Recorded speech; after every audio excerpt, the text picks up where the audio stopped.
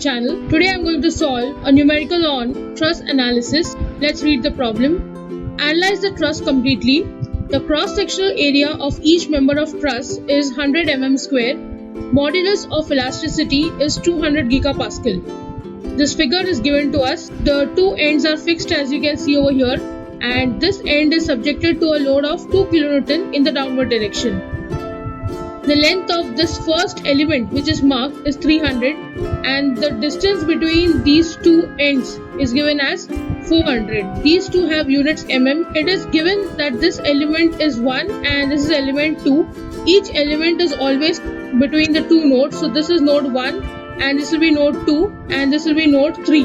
Element 2 is between node 2 and 3. We have to draw this truss and analyze it. So I'll go to answers now. I'll take static structural. I'll rename it as example 1. I'll first go to engineering data. If you see the value of Young's modulus 200 gigapascal, you will realize that this material is steel. So I'll first create a material, new material, steel. Isotropic elasticity. Young's modulus is given 200 gigapascal, so 200 E9, and Poisson's ratio is not given. I'll assume as 0.3. I'll go to project, update project. Next I'll go to geometry. To the right you can see there is analysis settings given. I'll change it to 2D. For truss analysis, always 2D method is used. You can use 3D, but it will be difficult to apply boundary conditions. I'll explain a little further. I'll go to geometry, right click, new design modular geometry, units, millimeter, XY, look at. Now I see the figure. This is the truss given, so there are only two elements. Now I am using a particular method of drawing it. You can use any other method of drawing. I'll go to sketching. I'll use polyline.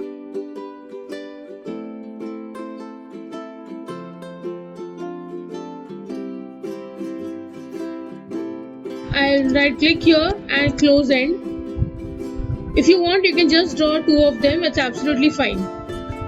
Now I'll go to modify, trim, and I'll remove this side. I have only drawn the entire thing so that these 2 points, this node 1 and 3, come right above each other as per the figure given. You can see over here 1 and 3 are just above each other. Now I'll go to dimension.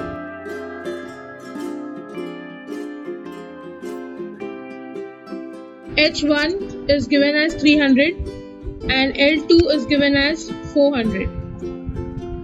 I'll click on look at again, so it just fit into the screen. Now I'll go to concept, lines from sketches.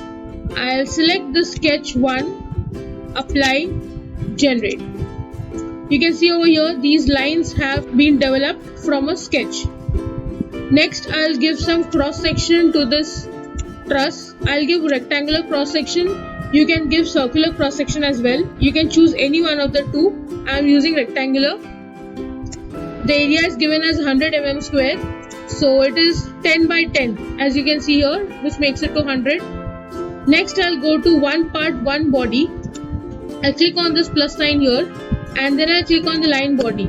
The cross section is not selected, so I'll choose rectangle. So this completes my entire geometry. You can see I have made the truss. Now I'll go to model and double click on it.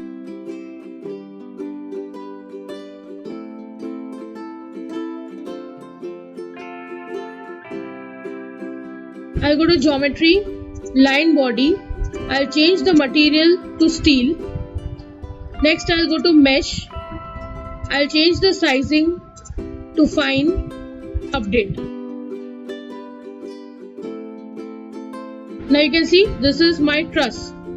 My body is a line body, but when I go to mesh, I can see a 3D. This 3D is just an effect. It is not the actual body. Now I'll show you what is the use of it. When I have a 3D body, it is difficult to catch hold of a vertex over here and apply the load. But when it is 2D, you can see it is so easy to find a particular point. This vertex is up here. Right click, insert, force.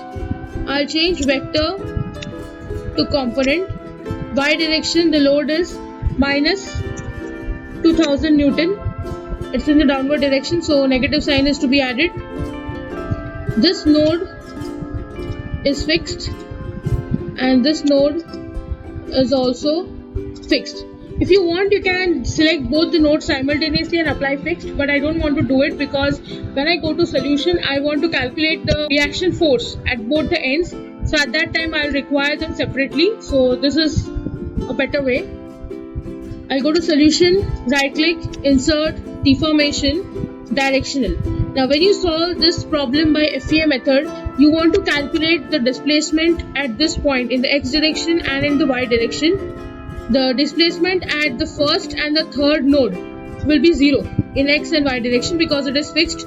For the second node, there will be deformation in x direction, as you can see here. Again, I'll go to solution, insert, deformation, directional. X axis has to be changed to y axis. So now I'll get the deformation in x and y axis. Right click, insert, probe. I also want to see the force reaction at the fixed support, which is here. And I want to see the force reaction at the second fixed end. Stress is something which I want to find. So I'll just go to beam tool and I'll select beam tool. In beam tool, you can find the direct stress which is acting on this body. I'll go to solution, solve.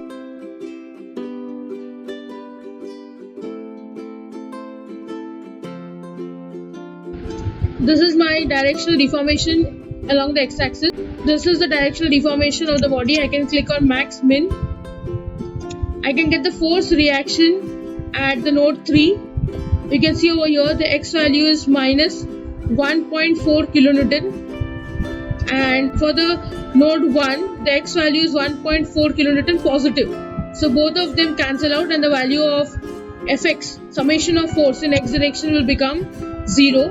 Along the y-axis for the third node, I can see the value is 1.9 kilonewton, and for this node it is 2.7 kilonewton. So when I add it, it becomes approximately 2000 kilonewton in the positive side, and at the second node we have applied minus 2 kilonewton, so the summation is equal to 0. You can directly check with the use of this.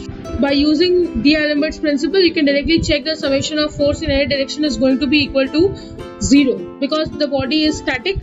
So Newton's law will be converted into D'Alembert's principle, wherein mass into acceleration is 0 on the right hand side, and on the left hand side you will have summation of forces in that direction.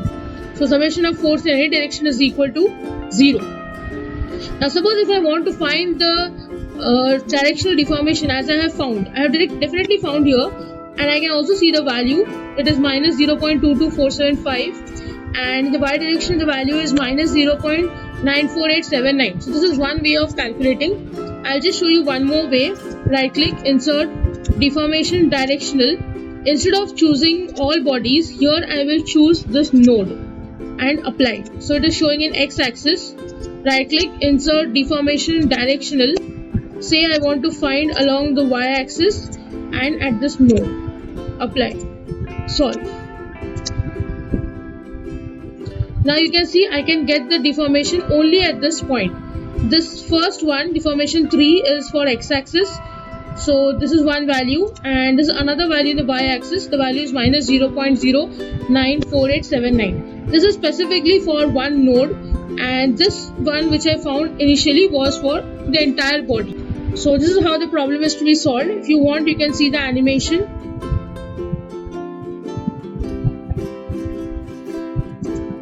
So I hope you have understood the numerical. If you have any doubts, do let me know in the comment section. If you want me to solve a numerical, please let me know in the comment section. Don't forget to like, share and subscribe to my channel. See you in the next session with another numerical on truss analysis. Thank you.